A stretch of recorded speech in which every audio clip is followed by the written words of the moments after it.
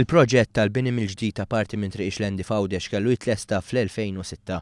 Bħal fuq proġetti oħra iżda Gvern Nazzjonalista spiċċa jkaxkar saqajh.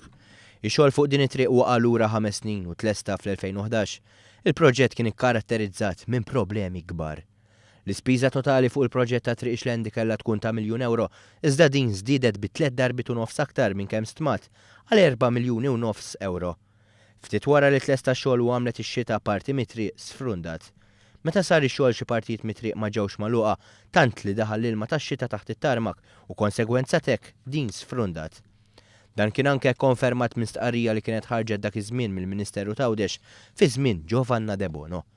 Waqt li kienu għaddejja x-xogħlijiet intlaqtet ukoll kanna kbira ta' dranaġġ bil-konsegwenza li ammont sostanzjali ta' dranaġġ baqa' nieżel fil-bajja ta' Xlendi.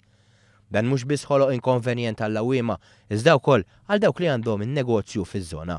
Dan apparti kejbil ta' dawl antik li tħalla d-dej taħt it-triq u li kellu jerġa' jinbidel wara li triq tlestit bi spiża addizzjonali ta' aktar minn €66,000. Ix-xogħlijiet fuq Triq Ixlendi saru minn 3 kumpaniji li naqdu flimkien taħt l-isem ta' JPF Joint Venture, grupp li inkludi l-JPF Asfaltar, Xkembri Infrastructures u Road Construction.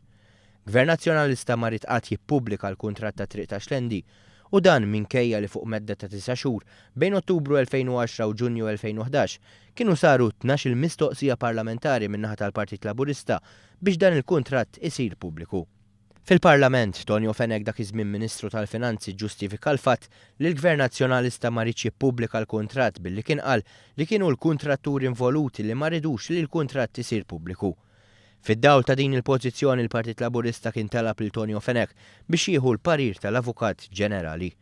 Minkejja li fil-Parlament kien qal li kien ser jagħmel dan, Fenech iżda spiċċa biex qatt ma qalx kien il-parir tal-Avukat Ġenerali li ta' dwar il-pubblikazzjonijiet tal-kuntratt fuq it-triq ta' Xlendi. One News se jkun qed jagħti iktar dettalji dwar dan il-każ fil-jiem li ġejjin.